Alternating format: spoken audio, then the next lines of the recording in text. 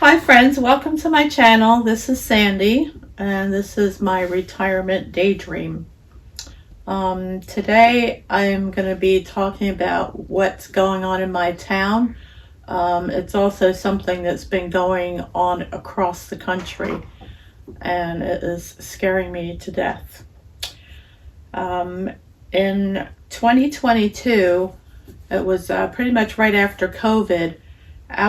We had an apartment, which we actually liked that apartment. It was a great layout, 2 bedrooms, full two bath, kitchen, dining room, which is unusual for an apartment, private patio, and the back looked like a private backyard. It was a lawn area and then fenced in the back with trees. We were very happy there. And right after COVID, you talk about kicking people when they're down. We fortunately did pay our rent and didn't have to not pay rent because of work. My job was non-essential, so the store closed. I had to stop working. But also my gig business, doing events, everybody canceled after February. I did one gig at a country club and then everything canceled for the entire year. So I had no job. And fortunately, my husband, he's a retired school teacher, and he has been doing security at a gated community for many years, and probably pays more than teaching, unfortunately. But thank God he kept his job. It was considered essential. So like I said, we were able to pay our rent, unlike a lot of other people, but it was pretty tight. So about a year and a half after COVID, they decided they were going to put the rent up by $500, which made it $1,500. Which, when you're coming back from a financial hit like COVID, that's a lot of money and the big jump. So I ended up giving 30-day notice on a wing and a prayer, because we had absolutely no clue where we were going to. So it was a 1-month frantic search, trying to buy a home, and we couldn't do that because my husband's his job is 1099. It's private contract by the HOA, so they give you a super hard time trying to get a mortgage. So we tried to find another apartment and couldn't find one on the first floor. We both can't do stairs. So then we thought, what about mobile homes? Because there are a lot of mobile home communities, and that would probably be more economical. But in the end, that kind of turned out that was also hard to get a mortgage for. And if we did get a mortgage for it, it would be the mortgage plus the lot rent, which would be the same as the apartment. So we ended up, we did finally find a mobile home community that was clean and well managed and in a very good area. It's like super convenient around here. Everything is a 4-minute drive. And we are right around the corner from a major hospital, supermarkets, stores, restaurants, anything you could think of that you need, it's right here. So I would say about last year, maybe a little bit before last year, we started noticing a lot of new builds around here and a lot of new retail.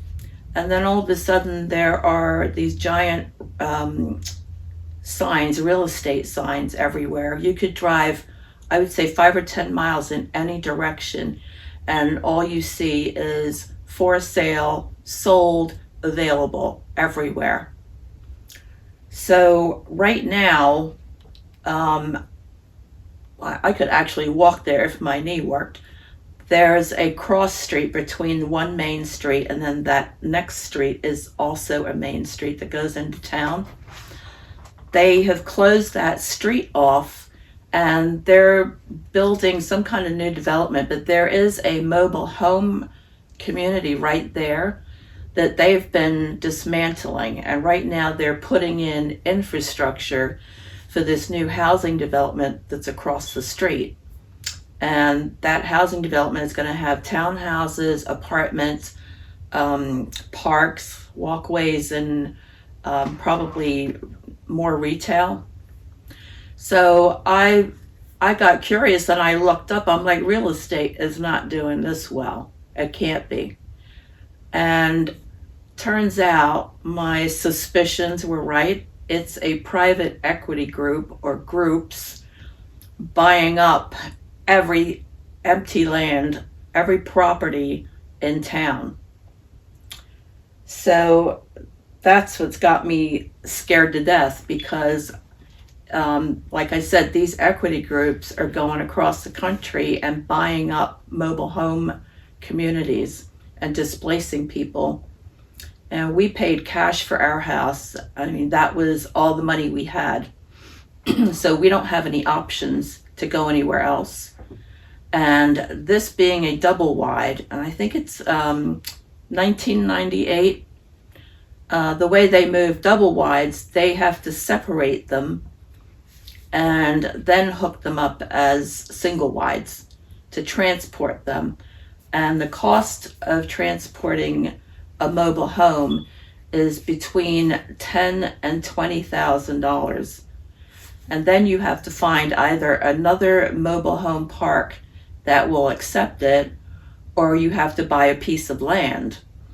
And should they give notice, it's usually about 30 to 60 days. And then they're gonna, and then that's all the time you have to arrange that. But I mean, most people that live in mobile home communities, it's like their final option for economical living, for affordable living. It's the last bastion of affordable living. So in most cases, people don't have the money to move.